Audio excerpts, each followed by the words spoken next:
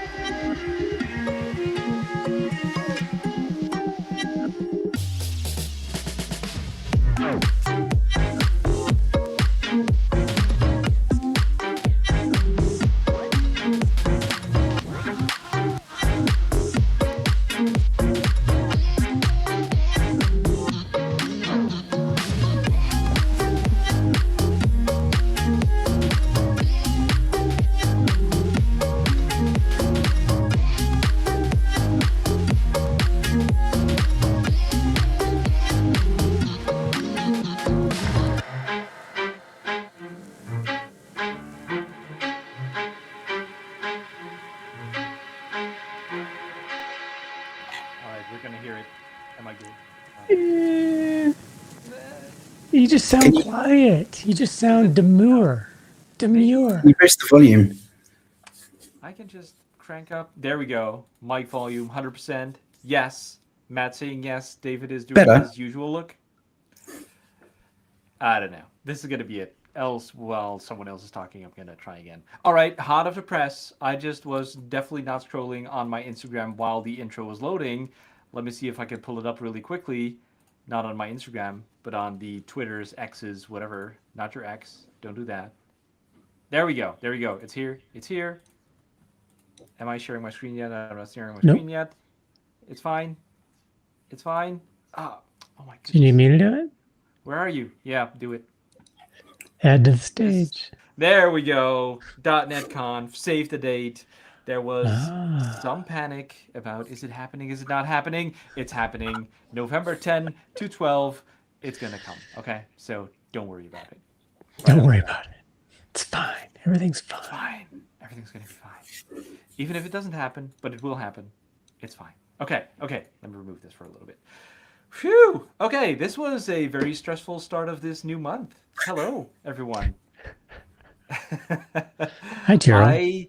Hello. I was looking at my clock. It was 8:52 here.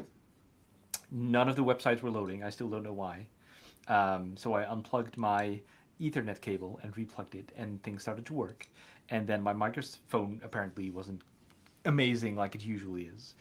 So technical problems all around. But it's my first week back after vacation, so that probably has to do something with that as well, which was also a total disaster. So things are going great. How about you, David? Did you do anything fun? Yeah, I was on vacation. Were you on vacation while I was on vacation? Yeah, we were both on vacation. Then who was running the shows?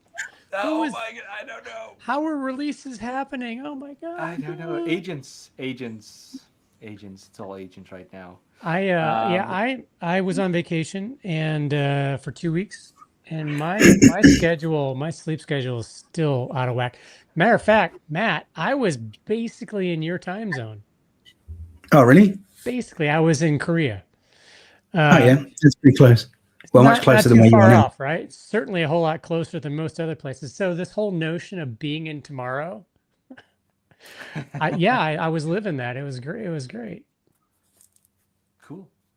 Yeah, my vacation. Don't worry, people. It was all first world problems. We were supposed to go to the south of France, wildfires, extreme temperatures. So we decided not to go on our planned trip, and instead, so that was like lost money, burned in a wildfire.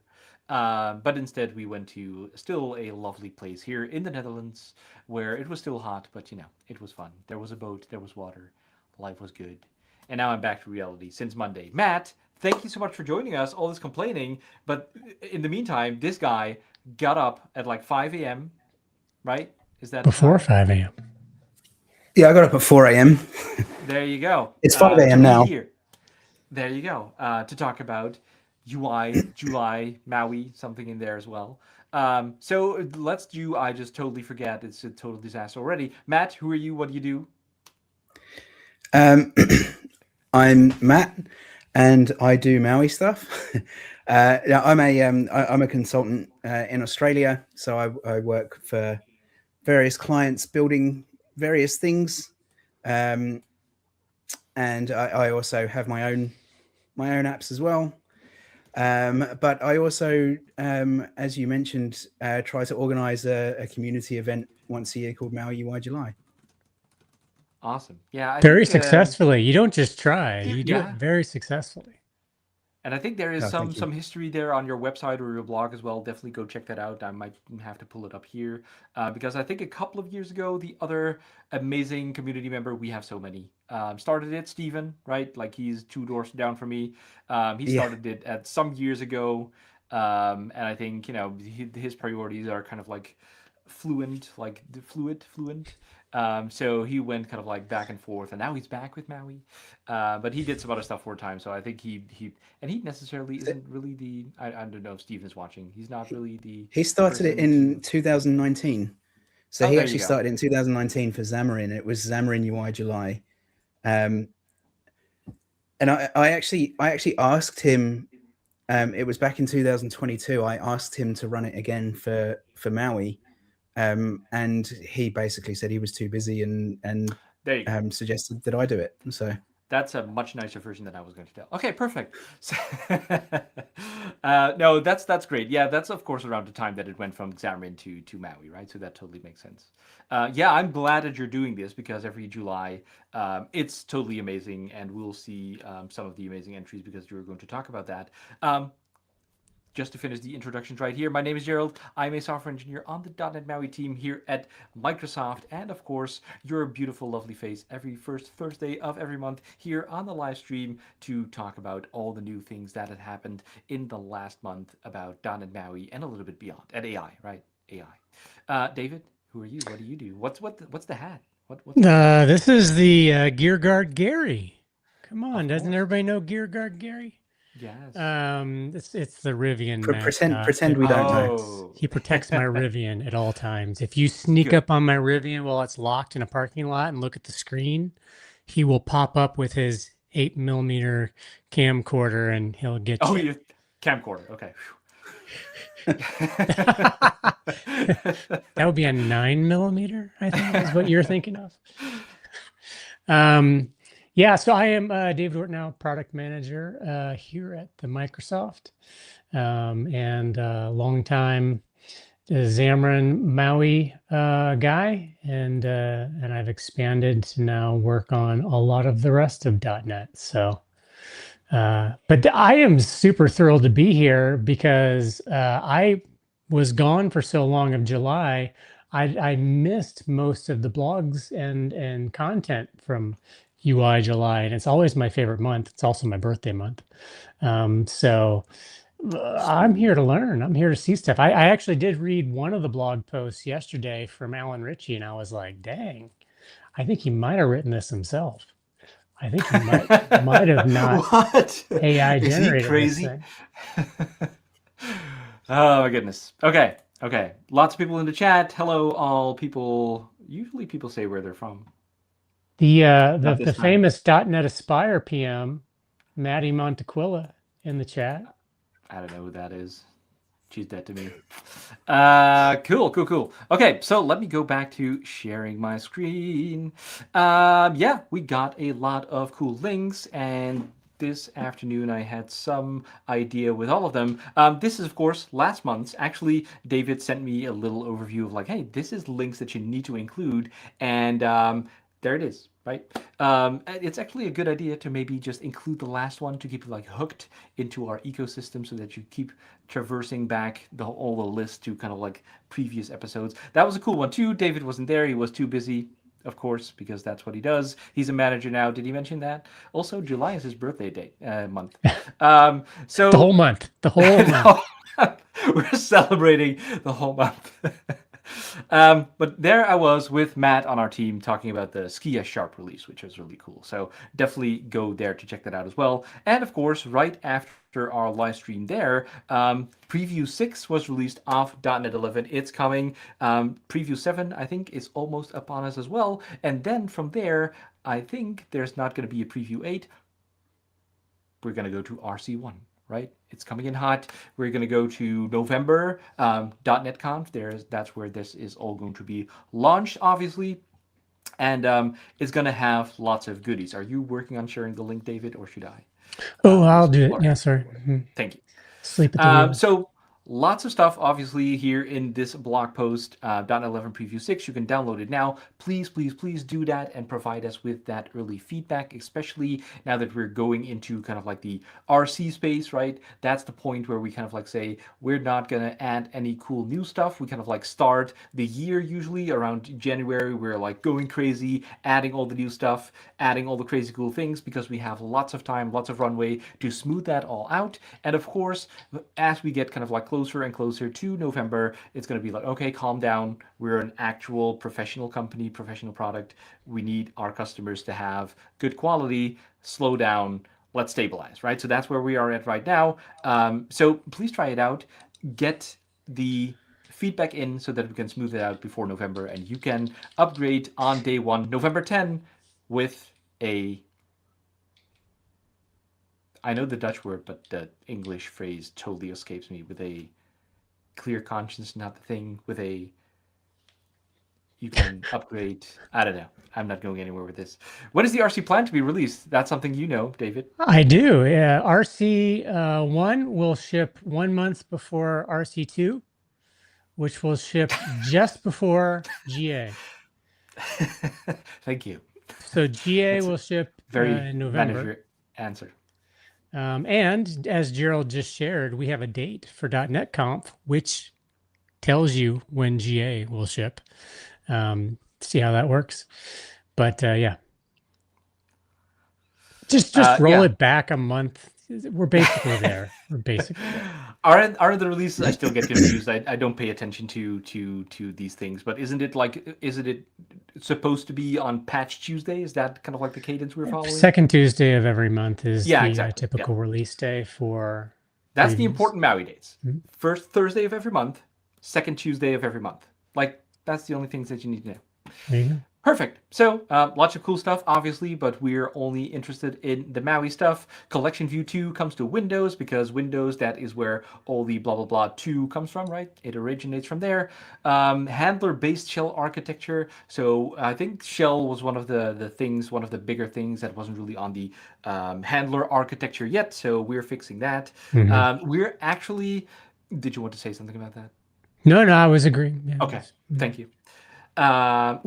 I removed a bunch of code, the compatibility code. We just threw it out. And it was very, very, very good. It was a good feeling. I'm not going to lie. It was very good. And you weren't using it anyway. If you are still using it, then you would probably know about it. But we're seeing that not a lot of people are actually using it anymore. With the last version, we already kind of like decoupled it. You had to actually go out and reference it. Or if you still had a reference, you could kind of like remove it. No one should be using this anymore. Throw it out. The code is gone out to you in the garbage. Don't look at it ever again. Never happened. Hybrid web view is now AOT safe. As you probably know, like the whole core CLR, AOT, those are all big themes that we are looking into. So we're obviously looking into all the places where that still needs a little bit of work. Hybrid web view was one of those, and that's now fixed. Boom. Bunch of other smaller things, I would say. Why is .NET for Android just on here? Just like, hey, .NET for Android. Gotta say anything? Message handler, etc., Apple platforms. Okay, I guess this is just kind of like the bigger overall themes. Xcode updates, of course. Icon Composer, which is one of the fun little things that I kind of like missed. Typically, I'm very much into all the new stuff, new API, especially on the iOS side. But this was one actually that someone requested an issue on the .NET MAUI repository, and it's like, hey, do you support Icon Composer app icons? Well, I was like, what are you talking about? So I went to my friend Copilot, and he said, yeah, that's a thing now. So I said, okay, try it out on a MAUI project. And it did, and it said like, yeah, you know, we can technically make it work, but we need to wait for iOS, .NET for iOS to have it implemented, and then we can probably make it a little bit easier for .NET MAUI as well. But it's coming. Here you go. It's now supported for .NET for iOS. So we're going to look into if we should make that a little bit easier on the .NET MAUI layer as well. Speaking of which, totally off script, we just merged or about to merge, I think this one was merged, a little feature of mine that will allow you to do dark theme and light theme splash screens on platforms, right? That's something that has been requested for a little while as well, kind of like in the same area here. So you can now specify in your nice, cool MAUI project, like, hey, do you want to have a splash screen, not just the splash screen that you can do now, but also a dark theme variation, and it will nicely, depending on the theme of the user, pick the right one, and all will be and look amazing. And there was another one kind of like related to that, but I don't remember what that was. Oh, it was quality settings for the app icon. So there was some problem where the app icon would be huge. And now you can kind of like set the quality of the app icon to make it a little bit smaller so that, you know, your app size shrinks, and etc. Cool. Lots of stuff going on here. I think the release notes are, I linked them specifically here as well, or separately. Together with that work, actually not super interesting for you maybe, but very relevant to us. This is your warning. If you ever needed to hear it in an official guidance, please do not ever use internals visible to for another product. There was a situation where the toolkit had needed that, and we were like, yeah, sure, we can add that, we can do that. But now the toolkit is using this in all kinds of places. And I think it broke at some point, and that's where we said, we need to just take it out, tell us what public APIs you need, we're going to add those, but we should not have the internals visible to you. And now, as it turns out, it's a big pain to get rid of this, because breaking here, breaking there, adding this, fixing there, it's a crazy mess. So we're getting there. You might still find something, but we're working on it. We're closely working with this team to get this resolved. And this is kind of like the first step, I think, breaking changes in .NET 11. So this is one of the big changes. Well, actually, there you go. This is all of the changes here. But I think for this version, we didn't actually catch all of them. So I have a follow-up PR already open for that to get all of it, hopefully for .NET 11, and that should then all be good. So if you still hit anything, let us know. We're going to fix it. Same thing for the MAUI.markup package from the community toolkit as well, right? Actually, I was going to stop, Matt. Have you tried the .NET 11 previews yet? Yes. Yeah. Are you liking what you're seeing? Did anything break? Is anything on fire? Well, interestingly, yes. So look, I got a few things with the 11 previews, and I've been trying them since they've been available, and I try and anything that's not in production yet, I always build forward if I can. But in terms of what breaks, my very first post on MAUI UI July here, and it's the very thing that you mentioned, which is shell. But we can get to that if you like. Okay, yeah, pause that. Good cliffhanger. Great. Here, David, empty your mouth. You're going to talk about this one. Core CLR progress and the mono timeline is a blog post by your hand talking about the whole core CLR thing. Yeah, so .NET 11 is the release where we are going all in on core CLR across all the platforms. So it's been partially supported in a few places as the engineering team was able to implement things. Now it's everywhere. And so that means that we have a single runtime for everything, and we can deprecate or at least remove mono from the mobile and the MAUI platforms. So that started in Preview 4, and then here in Preview 5, or is this 5 or 6? Where are we at? 6. In this release, basically, we just removed the fallback ability to get back to mono. So because we were able to make so much progress from the time that we first introduced this in 4, the engineering team was feeling very confident. We'd worked with a number of first parties with their applications to make sure that, app sizes were acceptable, performance was acceptable, that we were on track to have a very solid release. And based on that confidence, as well as some third-party customers, such as yourselves maybe, that had reported to us good things, we decided now is the time. We're going to go ahead and do it so that you have, from here through the GA release. And, we have at least an RC1 and RC2 coming, as we've just already covered, George. Then you'll be fully ready for this. What should you expect? You should expect your app to work as it did before. No behavior changes. You should get like performance, if not, in some cases better, in some cases slower, but it should be within an acceptable range, and your app sizes should be within acceptable range. iOS is seeing better results right now than Android. Android is where more work is needed. And in this next preview next week, I believe debuggers will be lit up for everybody on the VS platforms, tools, VS and VS Code. If you're using Rider, the debugger does not exist there, to my understanding, for Core CLR on Android and iOS. So that's something to be aware of. Watch out for that. But you're welcome to come back to VS Code for a while. Yeah. Cool. So we're excited about it because it means focused, consolidated effort for our engineering teams. It means you get the battle-tested runtime that everything else, server, desktop, has been running on for years and years and years. Better memory management, better garbage collection, etc. So. Yep, and to kind of like, you don't have to trust us because, it's like, you work at Microsoft, it's all marketing. So we hired this guy. No, I'm kidding. So Sebastian is someone from the community, and he's been, you can see it says like round 3. He's been putting out a couple of these videos, and there were some replies under there with like, oh, that's not impressive at all, etc., which could be for a number of reasons. Like at some point I reached out and said like, hey, can you post the code, because his startup was still not under, like, I think the number is like 2.5 seconds or something. And I was like, hey, maybe this is not Core CLR or MAUI or whatever. Maybe it's just something in your code that takes a little bit of time to load, right? So he figured it out. I didn't even have to help him. And he posted this kind of like round 3. So here with kind of like mono AOT on the left, you can see the app that he has. I think he was making it open source, or maybe he has. It's like 1.85 seconds, so still under the limit already, right? But now with Core CLR and R2R and PGO, which is all kinds of terms that have to do with that, you can bring that down to, in this case, for his app, 1.38 seconds, right? So that's well below the threshold, and that should feel for your users like instantaneously, right? Mm-hmm.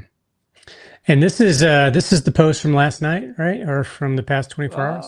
Yeah, it says one day. So if you scroll up to the text, I know you're showing pretty pictures. Scroll to the text. There. Yep. Oh, there you go. So he says in here, and I want to point this out to everybody. In particular, somebody was asking about performance improvements in Collection View, because the lesson, paragraph 4 or whatever, he says is that the app was the biggest bottleneck all along. There you go.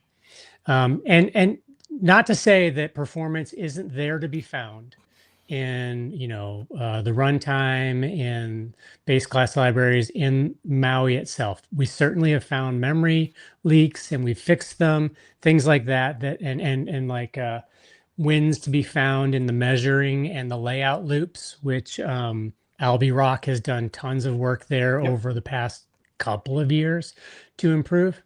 But by and large, I have to be completely honest with you that every time we have gone deep on a customer's code base to diagnose where we can help them improve their performance, every single time it is in the app code. It just is. And so I wish we could find things in MAUI that would universally make all of your apps faster. But the reality is that it's how you are doing the collection view that makes all the difference.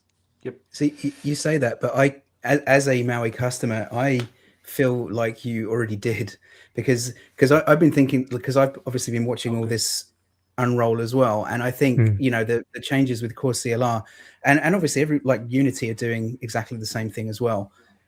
So this is obviously the way it's going, and yes, there are improvements, but I think the improvements seem to be incremental, because we're already forgetting that a year ago there was such a huge jump between .NET 9 and .NET 10. Like when you released .NET 10, the improvements were like really noticeable. Like everything was much faster.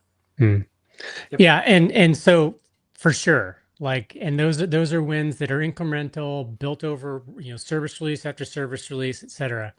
So if you're on the latest release and you're finding that things are still not where you want them to be, it's your app code. Yep, it's you. It's not us. No, definitely. No, I mean I know it sounds like I'm saying that. No, but it's just even if we do everything right, it's still easy-ish to. Well, anyway, we've said all. And then if you really want it to be super fast, just use SkiaSharp. There you go. So, and the one other person from the community that I want to call out in this context is Adam Essenmacher, I think, who has been very helpful as well. And I think he, at some point, even created a library or a thing to kind of like point out all the memory leaks that we did have. You could hook that up to your app and it would go like, oh, there's a memory leak here. And lots of them were in our code. But he was very helpful to contribute fixes. So a lot of those are fixed. And actually, based on his work, I think Jacob on our team or someone now created an agent that kind of like goes through our code and identifies them based on the work that Adam has been doing for us, right? So we're fixing everything there is defined on our end to at least make that in order, and then the rest is up to you. We have great profiling things now. That's all coming with Core CLR 2, so it's going to be amazing. Okay, cool. What else? This guy, Gerald, if we want to test .NET 11 stuff, then you can now very easily do that by using the global.json, which has a new feature which is not being talked about enough. So I wrote a blog post. And you can say, hey, in your global JSON, the SDK, you can also have a path for your .NET installation. And for your .NET installation, you can say, hey, .NET install in this local folder right here. And then you can have that local folder, in this case, .NET, to even add more dots to the .NET. You can have this folder together with your MAUI project that you're looking at, and it will live just right there. And you can say through your global.json, like, hey, use this local .NET instance. In this case, you might be on .NET 10, but you don't want to mess with that because that's all running. But you want to try .NET 11, so you install .NET 11 only in this local folder, only for this MAUI project. Install the workloads for .NET 11 only on that local folder. You can do all of that, and when you're done, when you're like, this is not working for me at all, or this all works great, you throw it away and nothing happened to your wider machine environment, right? So this is great stuff. This explains how to do it, how to set it up with all the command line arguments. There's a docs page that I created for this. There is a skill, an agent skill that I created for this. So you can just say, hey, set this up for me. It's all there. Go out and use it and try those preview versions, not just for .NET 11, but also for all the other previews and things out there. Okay, we need to speed this up a little bit. More blogs from Syncfusion, great stuff. They've been consistently putting out their content, new releases of their MAUI toolkit, of course, with the free controls that are out there. So there is lots of cool updates for this as well. The AI assistant view, of course, they're using AI in their stuff as well, or making it easier for you to work with AI. So definitely go check that out. Allan Ritchie, friend of the show, we've already mentioned him. In this case, I picked the shiny document DB. I don't know why. What was the one that you were thinking about, David? Are you listening while you're typing? You said you saw something from Allan. Yeah, no, it was. Am I muted? No, you're good. Okay, good, sweet. Yeah, it's no, it was it's a blog that he did about AI things. It was all AI. So he's got a couple of posts that he added for MAUI UI July, and they kind of build on that document DB. Oh, okay. Giving AI a real sense. Yeah, of the AI. wings one. Okay. Is the one that I was reading. Yeah. Cool. Need to put this on my reading list. Okay, cool. He even shows he has code if lots of people good still stuff. write code these days. It's for the agents to train on. So he's been doing a lot of great stuff. So he's been putting out blog posts and all kinds of crazy cool features, controls, APIs. You should definitely check it out. So definitely go do that. There has been some talk about in-app subscriptions as well, with big banners here on the block. With Revenue Cat, the setup that actually compiles. Lots has been going on about this as well. Here, I think it's described what you might run into. The two build. This very much is written by AI. You can tell right off the bat, but that's fine. We all do it. It's still useful, and there's a couple of steps, a couple of things to help you do this. And I think at the end they even rolled this into kind of like a library or whatever of their own to make it all easier for you. So go check that out, or look at the cute cat pictures down here below. Oh, there's dogs too. Okay, good. Yes. Worth mentioning that Revenue, is it Revenue Cat? I think Revenue Cat just announced their is it called Shipathon or something? Just released their competition. So any MAUI devs that want to make a .NET MAUI submission to that, probably worth checking out. Sorry, what's that? So they've got like an annual competition where you submit an app and various judges award different prizes. Interesting. Go check that out if that's the case. I did not know about that. Talking about performance, I don't know who's this. Oh, it's from Syncfusion as well. Our friends at Syncfusion. 8 MAUI performance anti-patterns that make your app feel slow. So, there it is. Scroll view, which is some form of collection view. Deep layout nesting. These are kind of like, things that you will easily hit if you, create a MAUI app. So definitely go check that out. Building a live mermaid. I think this is part of the UI July as well. A live mermaid flow chart renderer, which was very cool, I thought. Here, Luis Beltran. I know him from way back as well. I think also Xamarin Days. So lots of stuff. He's explaining exactly how he's doing it. But then here at the end, I'm a very visual guy, lots of code. I always like to see the end result, right? And it's amazing. It just renders the same way as everywhere. Mermaid charts. They're very cool. If you haven't checked them out, definitely do. Okay, enough with me talking. Matt, I want to switch to you. What cool things came with UI July? MAUI UI July. Yeah, where do I start? So much. So I mean, it's always a really great year. It's always a really great submission for MAUI UI July. I don't know. First thing, I don't know if you guys saw, I switched to a cool new calendar control for the actual entries. So which is a nice thing you can do with Blazor. And how much time we got? So I actually ran out of time. July was a bit of a complicated month for me, and I ran out of time. And there was 2 other things that I was gonna do, and one of them was about and I will still do it, but it was I was gonna show, just for fun, a demo of actually building MAUI apps in Markdown, and that kind of ties into Blake, which is what I used to build this blog. Anyway, so in terms of what we had, so I kicked us off with the first. I don't know if this helps or not, but I always put myself down for the 1st of July because I kind of feel like nobody ever wants to do it. So just kind of do it. But if Maybe we should anyone come ever up with a wants prize for the first one. We give you maybe I should eternal actually. gratitude. I do keep thinking about various prizes and sort of things that we could do around Maui, because there used to be a kind of a hack day that I did as well. Oh, that's Anyway, we can come back to that. So yeah, so I kind of mentioned earlier. So the first post I did was FlagstoneUI. So I've shared this before. Should I be sharing my screen? Do you want If to you'd share your screen? like, Do you that'd be want me great. to share your screen? I'm I can not share going my to share screen. your screen. I'm going to share my screen anyway. Share screen. It's And not my day, David. Don't shake your head at me. That's because you've been training for that High Rocks competition. Yes, I should plug that one too. I don't know how you're going to do it. Me neither. am I? I don't know. How do I call an ambulance in the Netherlands? 112. 112. All right, you I'm good? gonna memorize it. Yeah. All right, go, Matt.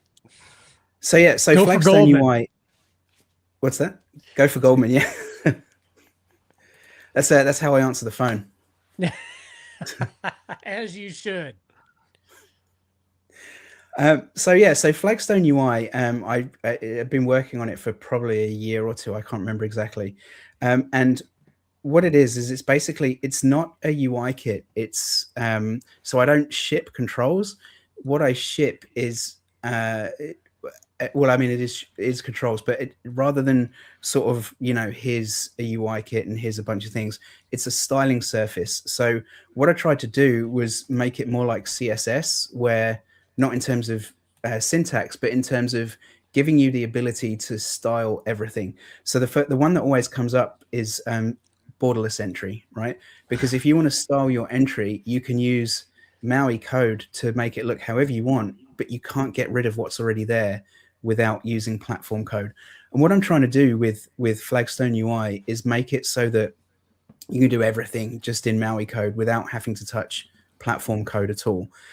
So I've been working on this for a while, and there's a link somewhere here.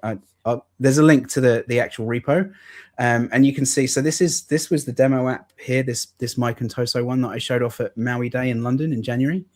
And this is all using Flagstone UI.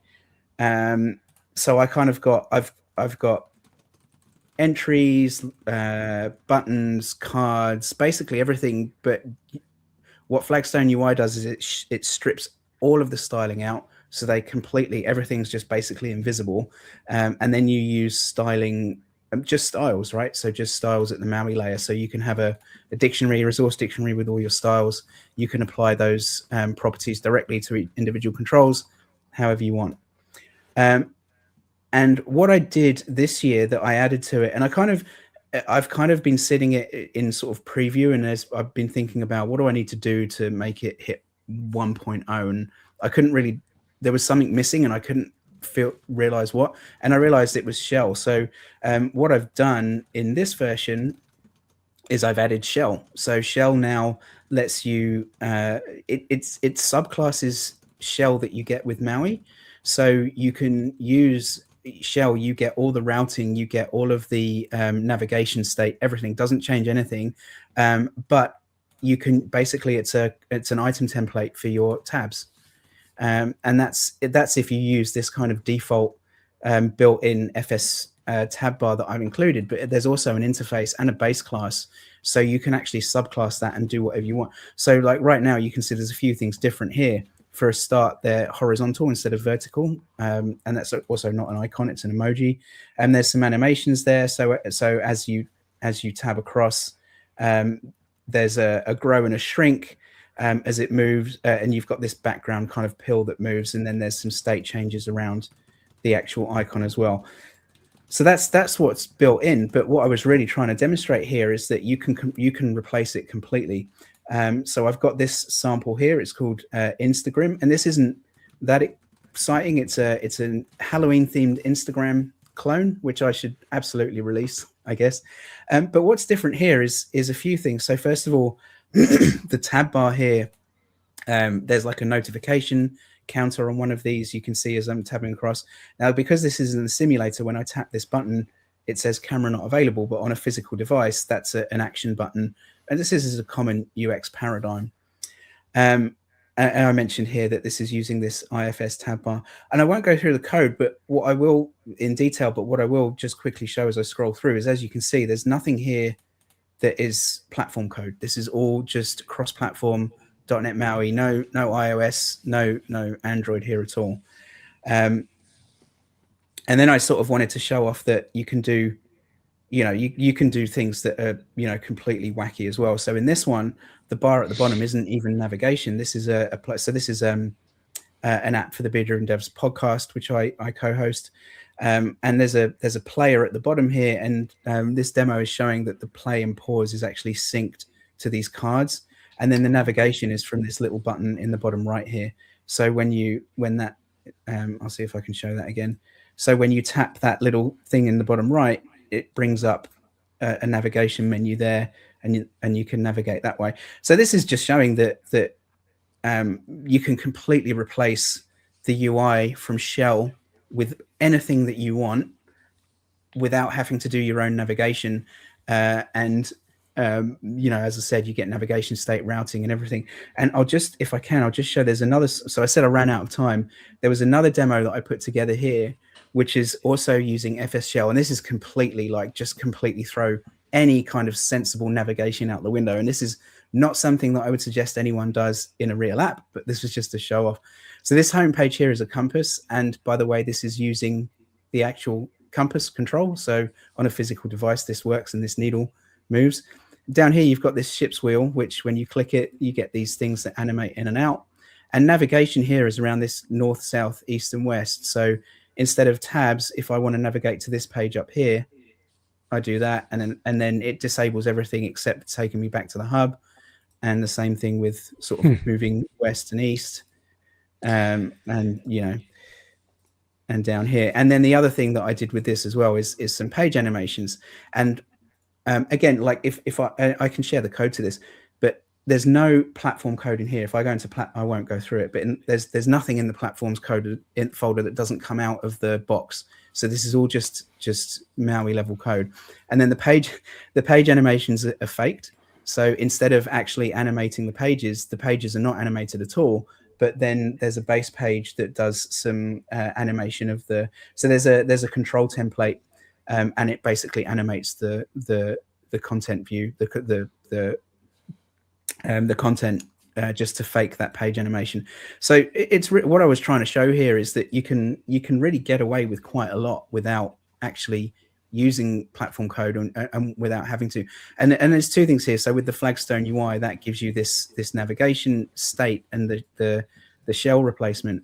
But the page animation you can do in your own, like in any app. Like that's just disable animations and fake it yourself.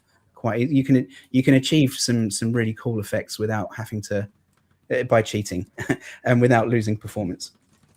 So that was cheating, I say software development, whatever. I was gonna say, like, there are so many things that are in real apps where I was like, maybe this is cheating, but also this is a way to get this done. So why not? If it works, if it performs. Yeah, I call it being resourceful. There you go. There you go. Now, what's interesting about this is that everything in FlagstoneUI is basically using handlers to strip away all of the styling and then give you the controls and let you do it yourself, except for Shell, because, of course, Shell doesn't use handlers. It uses renderers. So with .NET 11, everything that I'm showing here completely breaks, and I have to redo it all. But that's okay. It should be easier. Sorry, not sorry. Yeah. I mean, it should be easier, theoretically, right? So that was that one. I also so I did mention that I wanted to do some others and didn't have time. I did do this one. This was just something that caught my eye. And again, there's a link to this, so I won't go through it. But I noticed a trend with icons that basically the ones that tend to be in the top 25 prominently use white in the icon itself. So anyway, I won't go through that because it's probably not worth it. But obviously, I showed how you can do that in your MAUI app. Then there's this one, right? So talking about performance and using Skia, and anytime you see anything from Nick, you know that you're going to see something that's going to show you some performance that's basically going to blow your mind, right? So earlier on, you were mentioning some, and collection view actually is one of those things that continually edge cases always emerge that kind of affect the performance. So with every kind of service release or new release of MAUI, there's always some wacky edge case that someone has found. I may have surfaced a couple myself. That there's all, but so the performance is really good now, but there's always some weird thing that you can't anticipate that slows it down. So he's showing here how you can do it with DrawnUI, which is built on Skia. So and obviously the performance is off the charts here as well. So, and as everything that Nick does, and obviously a lot of it is Skia content and very, very high performance stuff. And on that, and actually on that, and also with what you were saying earlier, David, about how it's always something in your code. If you look at this post here from Vlad, did you see this? I didn't see this one, no.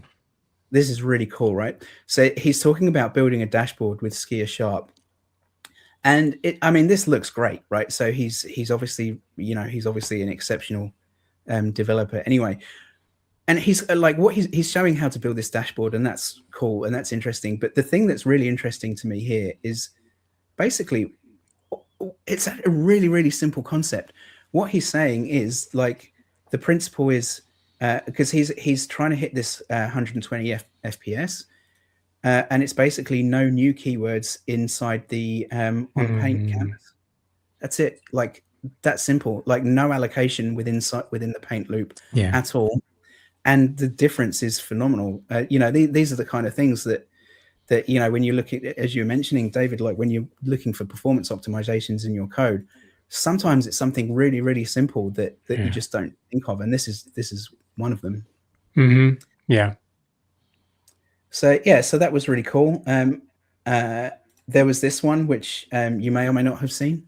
I saw this one. I wrote some of the words. What? Some of. Yeah, I mean, he wrote the prompt. If I can, he wrote the spec. If I can reflect on my own blog, because it's been a while since this thing. When did we ship this? On the 9th. 7th. This is the trend that I've been seeing with our internal teams here at Microsoft, and I see it elsewhere. Is that it's just so easy now to with the help of Claude or pick your favorite model to build the tools you need. Like, you would have maybe in the past only been able to expect the company that made the thing to ship a tool to use the thing, or you would need the Visual Studio team to implement the thing that you want or that you need. And now, with a well-crafted prompt with good expectations and outcomes defined, you can have AI generate the thing for you in a very usable, high-polished state.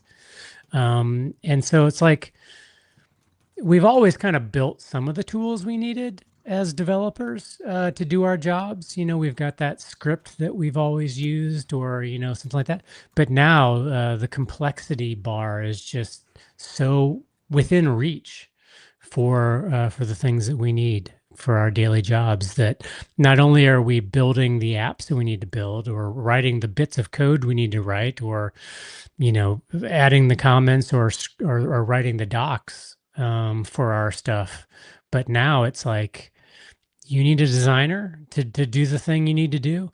You need maybe a special collection view for your need. Forget the collection view that's in the box. Have AI write just the very specific implementation that does not show the side effects, because it doesn't need to do everything. It just needs to do what you need it to do. It's really cool to see how we can think about all of this very differently, because now things are within our reach that maybe weren't previously. Yeah, absolutely. I think there's something interesting that you said as well, which is when you're talking about, we were talking about spec, and you were saying about how you have to, with a really well-defined prompt, and you can, as long as you can explain to the agent what you want. I think something that's been quite humbling and a bit of an eye opener for us as software engineers or consultants, or maybe it's just me, is that, you know, we like to say that that users or knowledge workers or subject matter experts or whatever are really bad at defining requirements. And, you know, we're kind of always saying, oh, you know, the AI is not going to take our jobs, because that's the main part of what we do. And we're all kind of discovering that when we can't one-shot our desired tool with a single prompt, that actually we're all really bad at it, because it's actually quite hard. Right.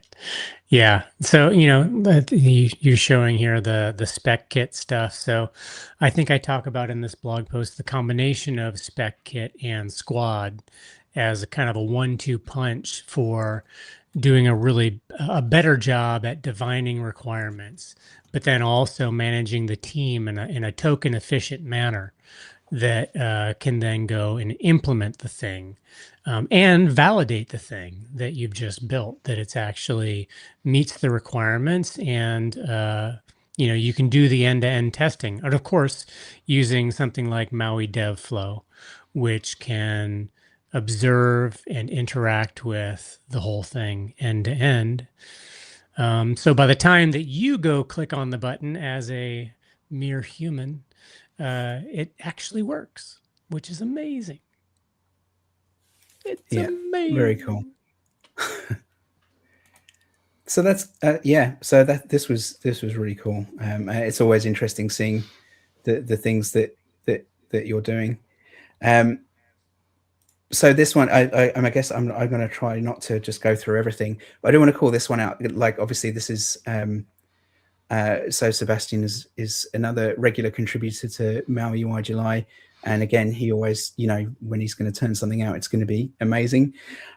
This one, this is cool. So this is about basically building these old digital style numeric readouts. And he talks through how to build these here. Now, as I was scrolling this, and as I got to about this stage, I got super excited. And then by the time I got to the end, I got overwhelmingly disappointed because when I saw this, I was like, oh, he's got to be building like the DeLorean control dashboard, right? But then he doesn't. So, okay. New idea: themed MAUI UI July, so we can have Back to the Future, and everything is Back to the Future themed. We should totally do that. There you go. Yeah. Who's going to do the flux capacitor? You clearly. On day one. See. So yeah, so this was really cool. I love this. I really love this.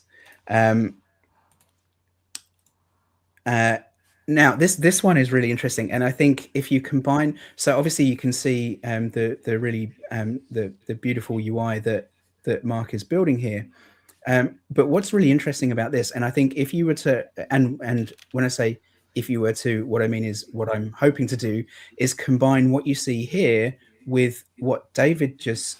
What we just saw from David, and with what I've got with FlagstoneUI.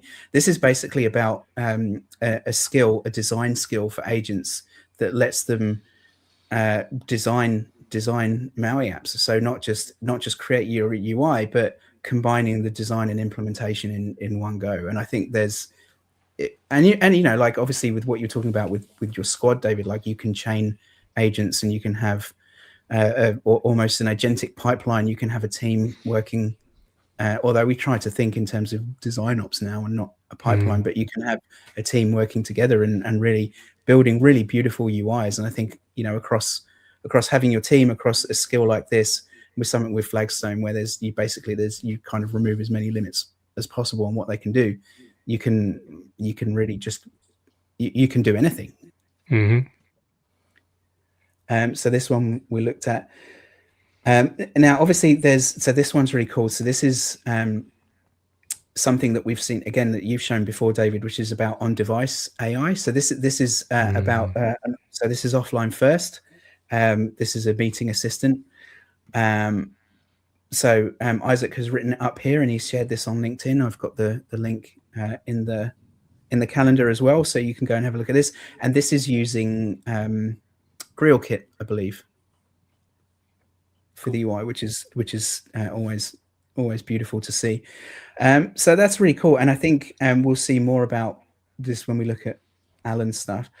So this is there was this guide here to Cameraview. This is a video, And unless I'm mistaken, I think this whole thing may be AI generated. So obviously the video footage is an actual screen recording. So he's obviously driven this and recorded it. But I think certainly the narration is AI. So this is a really great walkthrough and in-depth video on how to use Cameraview, which is cool. And I'm also really interested in finding out more about how he put it together. So this one from Shaun, this is beautiful. This is an interactive map control in all SVG, and this is using Skia, I believe. Yep. No, look at this. He's actually using the path namespace directly. From. Excuse me. So this is from the MAUI graphics, right? No, SK. Well, so he's using SK path, yeah. Yeah. So SkiaSharp to paint these maps. So this was obviously something that he did for World Cup. And you can read more about what he's done here, and he explained and why the UK doesn't work. But yeah, again, anything you see from Shaun, is going to be impressive. This is something that just keeps getting better and better. So this is this post from Tony, and this is one that I first saw Stefan talking about in London at MAUI Day about the C# expressions, and obviously what he showed off was awesome. And you can see Tony's writing up here essentially how to do it, and he goes through some use cases. It's just getting better and better, and just making things easier and easier. And as I always say, like, anything that makes things easier is something that I'm all for, because everything's too hard, right? So anything that makes things easier is better. So really great write up here, and I think what's the let me find there's one where he's talking about multi bindings, which I think is a mic drop. Like, if you just look at this, right? So this label is visible, is conditioned on, is logged in, and has subscription. Like, just two conditions. This is visible. And I think that something that we do in XAML is, we either have a converter, a value converter, or we have to have, two balls for like different things that we want to hide and show based on different kind of states, or, Visual State Manager. And it can, Visual State Manager is great, but it can become quite verbose, which again is fine. But, I mean, just the simplicity that you have here is just awesome. So I love this. And is this will be in .NET 11, right? Is that right? Yes. Yeah. Awesome. So yeah, so that's a game changer. So then there was this one from Allan. Sorry, how are we doing for time? Oh, we're kind of. It's all right. It's all right. We can go a little bit over. Okay. I'll try and be quick. I guess there was a few other things. This one we already mentioned. So there's two here from Allan. So there's this one. He's talking about. In fact, so what he's like. Obviously, Allan's been a linchpin of the MAUI and Xamarin community for years and years and years with Shiny and the libraries that he's put out. And what he's done here is he's effectively bundled a bunch of controls that make it trivial to add AI to your MAUI apps. So he's got examples here about assistance. He's talking about the database that you showed earlier, the Shiny Document DB, and how he's using that for doing local vectors. There's giving your AI the ability to actually drive your app as well. This was something that you showed in your Barista Notes demo, David. And what I found basically is every time he shares something, I find that it's basically something I've been building myself for my own stuff, but better. So, and pretty much everything that he's shown here across all of his AI tooling is something that I've also built, but you know, his is like way better than what I'm doing. So that's really interesting to see. So I'm definitely going to be replacing a lot of my custom code in my apps with Shiny, which is cool. So this is really exciting to see. And I'm skimming through here, but it's, you know, it's worth looking at everything that he's put together, because it just, you know, it's just phenomenal. So that's really, I mean, you know, just keep going, and there's just more and more here. So that's cool. And I'll skip ahead to the other one, because this one I really love as well. So this is another one that he shared about using on-device local AI for doing face, voice, and document recognition. Now, he does have a big, massive warning here saying, don't use this for auth. This is not an authentication system. So it's not replacing. And by the way, there are biometrics libraries for MAUI that you can use if you do want to do that. And that uses the built-in, the built-in device biometric auth that you get from iOS or Android. But the problem with those is that that's limited to just auth, right? So he's talking about using this for doing face recognition, voice recognition, or document recognition for within your app.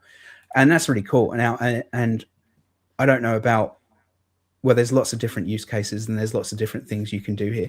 But he talks specifically about this being, you know, for personalization.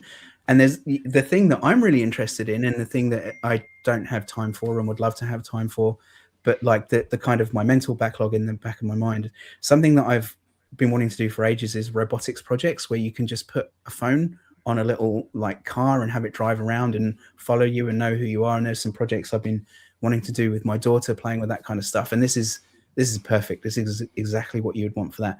Like, I'd love for it to be able to, you know, again, using Skia or whatever else, you could have like a little animated robot face on the screen and have it recognize who you are and say, oh, hello, Matt, hello, Gerald, you know, whatever. That would be really cool. And then, of course, you know, with everything else you can do with object detection and avoidance, there's probably not what he had in mind in here, but there's, you know, again, the possibilities are endless. So amazing. I thought that was awesome. cool. Yeah, no, absolutely. We skipped a couple of those, but they will be on the URL list that we've shared a couple of times, and David is going to share it once more. Sure. Yeah, so this has been really amazing stuff. I'm already looking forward to July 2027, because you're going to do it again, Matt. Absolutely. There you go. Back to the future theme. Back to the future theme. Yeah. You've heard it right here. All right. Last couple of things to wrap up. MAUI days are coming up. There is 2 of them planned right now. More that we're thinking about, that we're planning. Actually, David, I need to talk to you. But September 17th, there is Skopje. That one is coming up in a month, which is going to be crazy. I'm going to be there. I've never been there before, so it's going to be amazing. And then, of course, our OG one in Cologne, Germany. Dave is going to be there. Stefan is going to be there. I'm going to be there. There's going to be lots of people that you might know from the MAUI community are going to be there. Did we convince Maddie to come? I was going to say a special guest, but yes, Maddie is going to come as well. Thank you. Spoiler alert. Okay. Nope, she's coming. We'll edit that in post. Yeah, we'll edit that in post. That's fine. No one is watching anyway. So that's going to be great. And I already had a couple of links to blog posts. This is kind of like your cool aggregator, everything MAUI blog post, stand-ups, toolkits, Discord server with over 1,500 people in it. So if you're not on there, get on the MAUIverse, because that's where all the cool kits are and where everything is happening. Okay, Matt Goldman, thank you so much for getting up so early. David, thank you. Did you want to say something else? I also wanted to express my gratitude to Matt for always doing the awesome. UI July stuff, for all of your advocacy, for telling us how it's going with your customers and bringing us feedback on the product. It's always great. It's always great to see you. Oh, likewise. And it was great. Come on over for Cologne too. You know, you were in London. You should come to Cologne. He's like, that's probably pushing it, but we can. What? My connection break up. Bye. Oh, that's good. That's good. I heard half a promise there. That's amazing. All right. Thank you so much, Matt. Thank you so much, all the people watching. We'll be seeing you for the next Thursday of, I was already chatting with my next potential guest on September 3rd from the top of my head, a week for my birthday, because that's my birthday month. So we'll see you then for the next one. Ta-ta. Ciao. See ya.